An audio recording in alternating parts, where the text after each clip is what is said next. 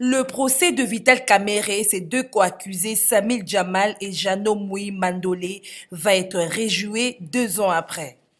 C'est en absence de Vital Kamerhe qui se trouve à l'étranger depuis le 3 janvier 2022 pour des raisons de santé que la Cour de cassation, qui avait convoqué une audience ce lundi 11 avril 2022, a décidé de casser l'arrêt de la Cour d'appel du tribunal de Kinshasa-Gombe, qui avait le 16 juin 2021 condamné l'ancien directeur de cabinet du chef de l'État à 13 ans de prison pour détournement de fonds et corruption. En effet, pour motiver sa décision, la Cour de cassation a évoqué une violation du droit de la défense.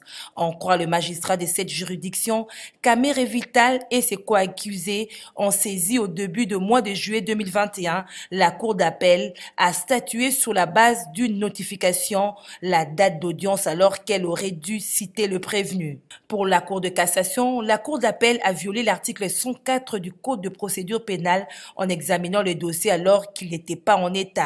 Rappelons que Vital Kamerhe avait été condamné à 20 ans de prison au premier degré avant de voir sa peine être réduite à 13 ans et 10 ans d'inéligibilité au niveau de la Cour d'appel de Kinshasa-Gombe en juin 2021.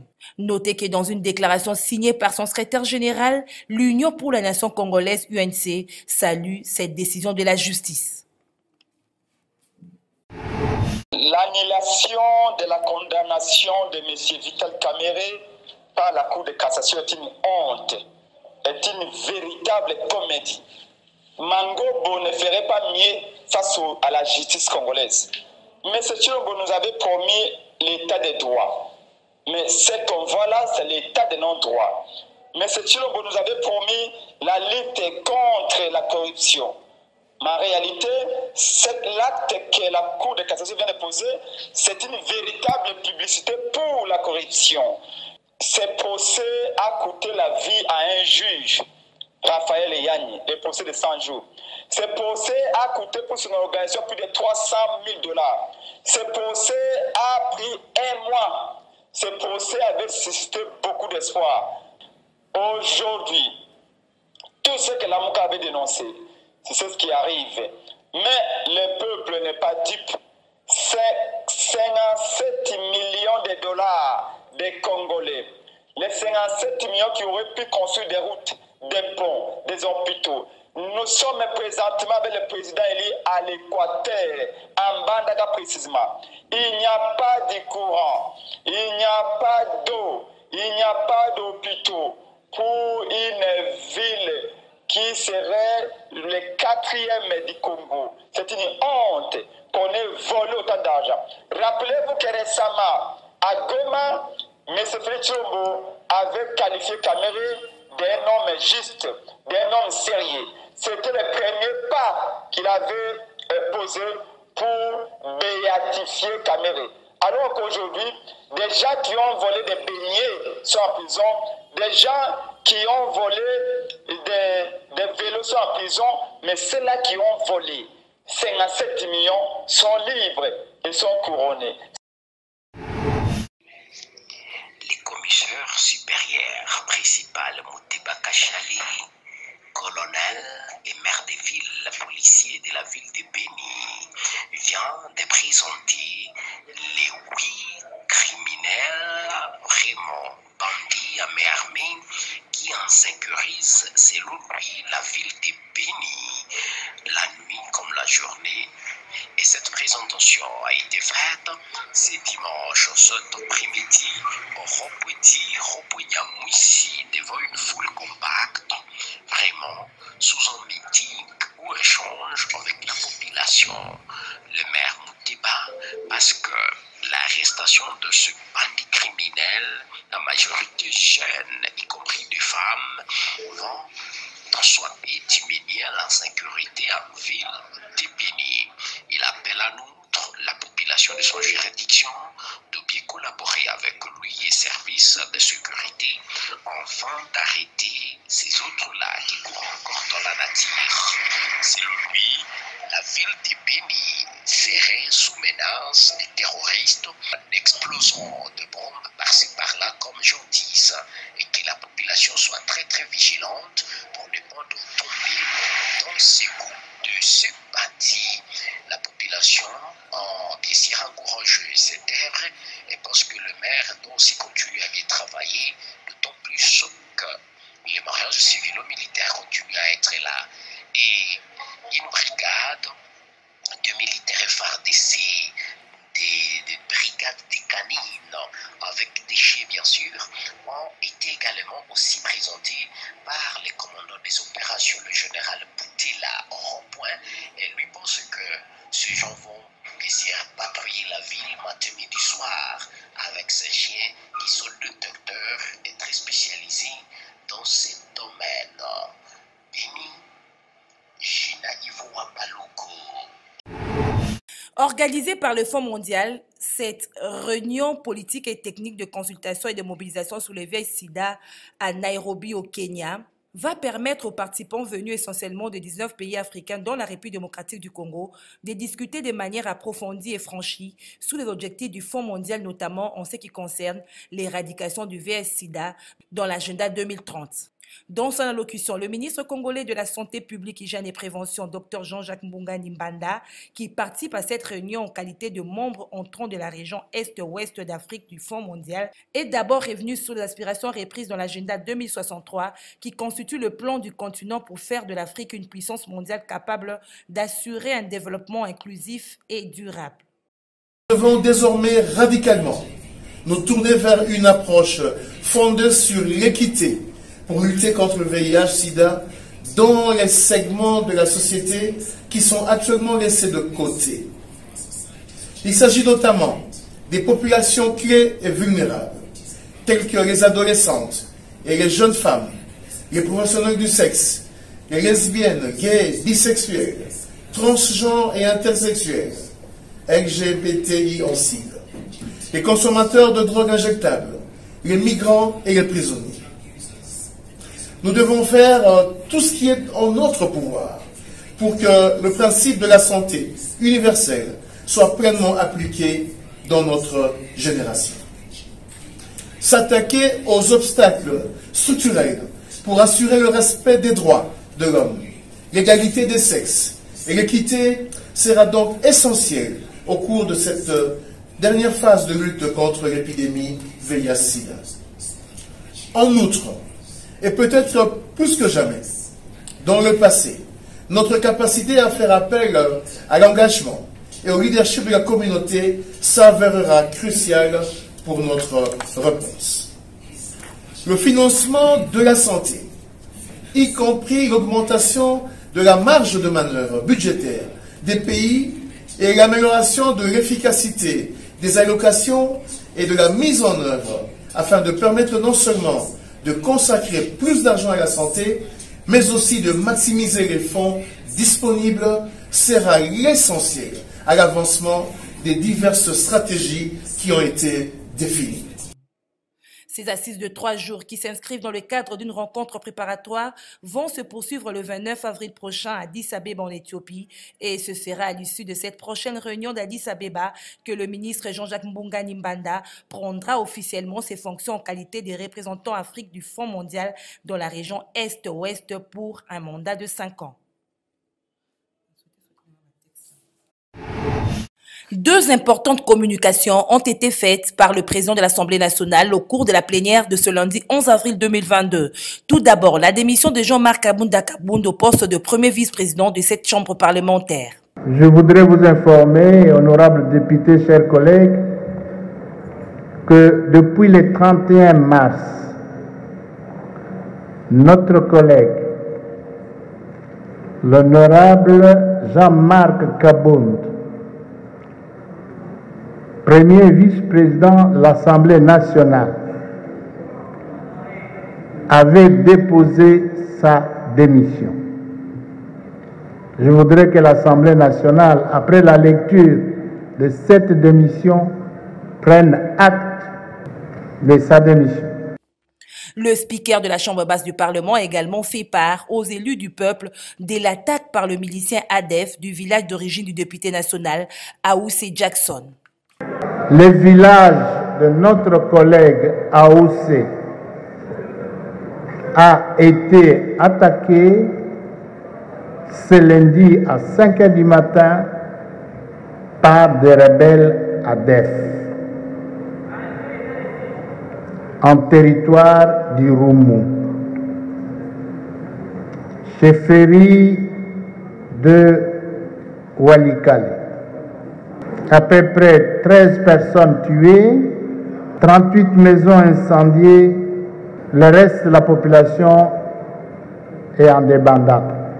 S'agissant du rapport de la gestion de la Chambre basse, le président Bosso a dit qu'il est temps de rendre compte de tous ces temps passés ensemble, comment ont été gérées les finances, le patrimoine et les ressources humaines.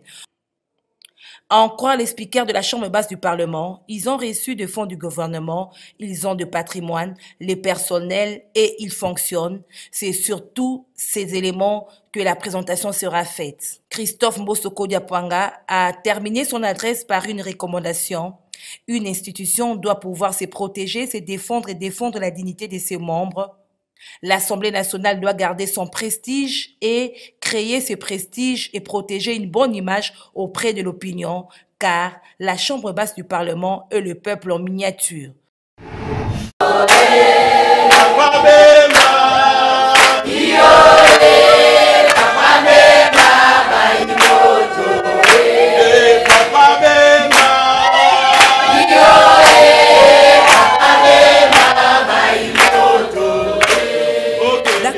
De la femme à la Fédération MLC Lukunga 3 est intervenue le dimanche 10 avril 2022 à travers une conférence débat axée sur le thème national, autonomisation de la femme et l'égalité des chances pour tous, afin de conscientiser les femmes de cette fédération à être autonomes en vue de se prendre correctement en charge.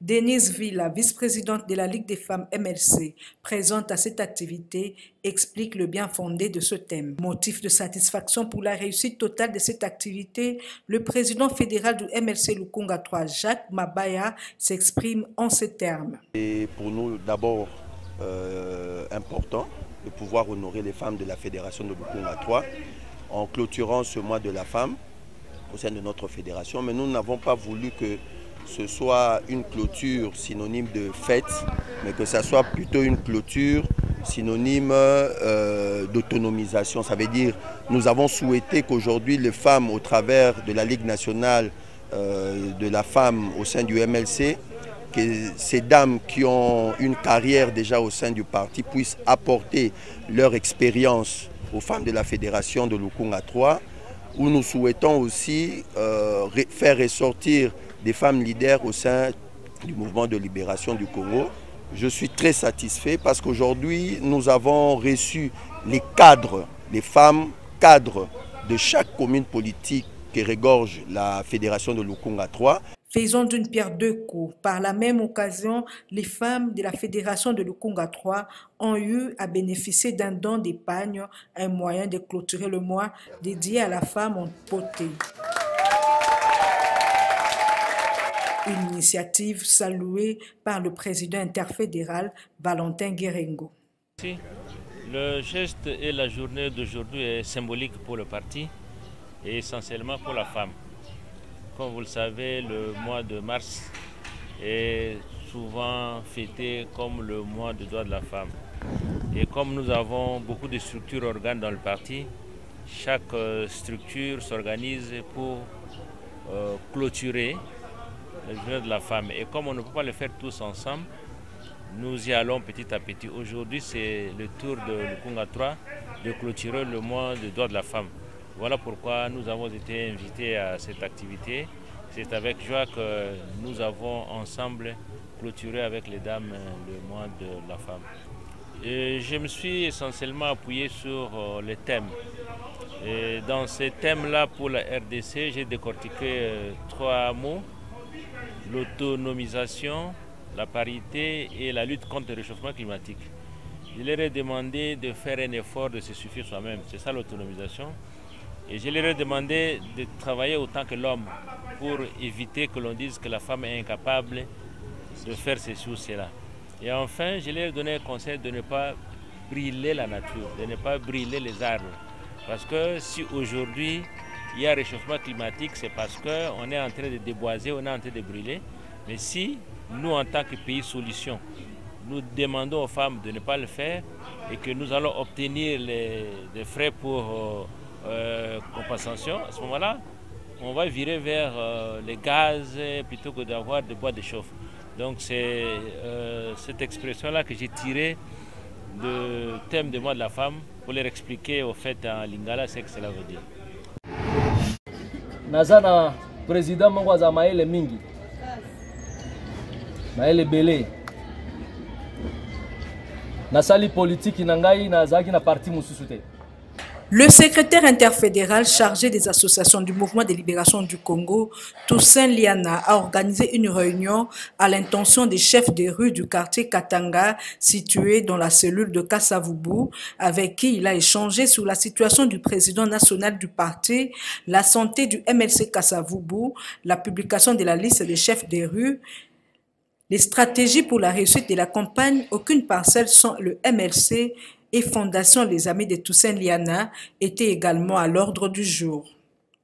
Le souci de Toussaint Liana, initiateur de cette activité, est que la population puisse donner au parti cher à Jean-Pierre Bemba des députés nationaux, provinciaux, des conseillers communaux et des bourgmestres par le vote. Pour identifier incapacité à Kasavubu, il y a pour résoudre les problèmes à Mike pendant que tu as la décentralisation. Tu as un problème à Mike, tu as par exemple problème à sécurité. Et là, Konini, Kasavubu a kozanga kosala, tu as commune moko muke, ba ekiri, oyabano basala ka mobule yebani. Pour na kozwa bango kofandisa bango ko identifier ba problème nini, oyesala ka kebabunda, po boluka ba kimie kota. Bano basala ka mobulu wana botinda bango na mo ba formation tout ça mutabana ko sala eloko ta ko mosala mo eloko eloko nini ezangi po basala yango pendant que tozana bato totinda ba représenter biso tozana bato bazo gérer biso mbote na biso Kasavubu incapable à kozipata mabulu a mike bande ko ngai mutuka ya mabanga eza na valeur à $250 10 tonnes 20 tonnes. Pour nous besoin de fisc 20 tonnes, vous avez $500. Au zipata, moi, ma boulot à la place où les boules les a plutôt zipata. Parce que Kasavubu, azangi mamoye wanate. Je dois plaider pour la population de Kasavubu. Ozui, okeka kaliboso ka commune. Otali ndenge kobi. Mbula soke beti mutu kelekate. Ou mutu kandima ke non mutu kanokota mai kapona yo et kitanakata mai. Ce n'est pas normal. Toussaint Liana a aussi dénoncé l'insécurité qui règne dans la commune de Kasavubu, c'est là au vu et au su des agents de la police. Cuvette à le loin ménage sa monture, dit-on. Une pensée bien intériorisée exécutée par les bembistes, une des structures politiques spécialisées du mouvement de libération du Congo, ville de Kinshasa. Toujours fidèle à l'idéologie de leur leader, le chairman Jean-Pierre Bemba Gombo, et à sa politique des fourmis, une réunion de prise de contact entre le comité de la coordination provinciale et celui du district de Tchangou 2 a eu lieu ce samedi 9 avril 2022 dans la commune d'Ensele. À la lumière de ces images, le comité des bembistes de Tchangou a été présenté au coordonnateur principal ville de Kinshasa, Philippe Ngelo. Agréablement surpris de l'organisation, le numéro 1 des bembistes ville de Kinshasa a eu le mot juste pour saluer l'engagement et la détermination de ses membres. Je suis agréablement surpris parce qu'ils sont déjà structurés. Hein. Ils ont leur coordonnateur qui est juste à mes côtés et toute la structure qui l'entoure, pour l'organisation autour de lui. Je suis vraiment agréablement surpris et la prochaine étape, c'est vraiment continuer à implanter le MLC via les bembistes dans d'autres districts. Mais nous devions les rencontrer parce qu'ils sont déjà en train de s'organiser et nous ne pouvons pas les laisser simplement s'organiser tout seuls. Nous devions venir les rencontrer et parler avec eux. Ici est de rappeler que les bembistes ont pour mission de soutenir la vision et les actions politiques du sénateur et président national du MLC, Jean-Pierre Bemba Gombo. À sa descente au centre pénitentiaire de rééducation de Kinshasa, ex-prison centrale de Makala, la présidente de la fondation Liliane Bemba et sa délégation ont été accueillis chaleureusement par les prisonniers. Une visite qui s'inscrit dans le cadre de l'amour du prochain qu'éprône Madame Bemba en posant des actes de charité envers des nécessiteux. Plusieurs vivres, comme vous pouvez les constater, ont été remis aux prisonniers, entre autres riz, semoule, sucre, oignons, poissons salés, voire de vêtements, pour ne citer que ceux-là. Comme nous ne cessons de le dire, tant qu'il y aura des vulnérables, nous ne serons jamais en paix. Voilà pourquoi aujourd'hui, nous étions au centre pénitentiaire et de rééducation de Makala pour soulager tant soit peu nos frères, nos sœurs qui sont détenus ici. C'était une occasion pour nous, grâce à l'accompagnement de notre marraine, maman Liliane Bemba, de leur dire que nous ne les oublions pas et que nous comptons sur Dieu et que la main de Dieu étant sur eux, nous espérons que dans les jours à venir, le sourire sera leur partage. Voilà au fait l'objet de notre mission aujourd'hui. Nous, en tant que membres et partenaires de l'association La Voix des Oubliés. Il faut noter que l'ASBEL, la Voix des Oubliés, était également de la partie. Cet acte de générosité posé par Madame Liliane Bemba a été salué à juste titre par le prisonnier. La gestion des incidents était au centre d'une formation organisée par l'Organisation mondiale de la santé, OMS, à l'intention des professionnels de la santé à Kisantu. Plus d'une vingtaine de cadres du ministère de la Santé publique ont pris part à cette importante activité, ceci dans l'objectif de renforcer leurs capacités devant les situations d'urgence sanitaire. Cette formation a recouru à différents types d'exercices de simulation et des outils disponibles pour leur conception et mise en œuvre dans le cadre de la préparation aux situations d'urgence compétentes. Dr Gervais Folefac, chargé des urgences à l'OMS, revient sur le sens de l'organisation de cette activité. Clé du gouvernement pour la lutte contre les urgences de santé publique. Et il a également la responsabilité de coordonner les partenaires.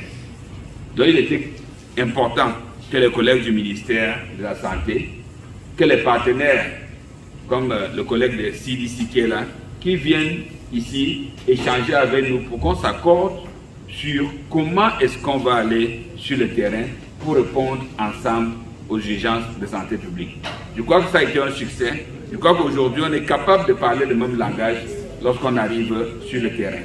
Donc, je vous dis vraiment merci aux collègues du ministère de la Santé. Merci aux collègues de CDC d'avoir accepté de venir participer à cette formation. De son côté, Dr Kombe, cadre au ministère de la Santé, ayant pris part à ces assises, explique son bien fondé.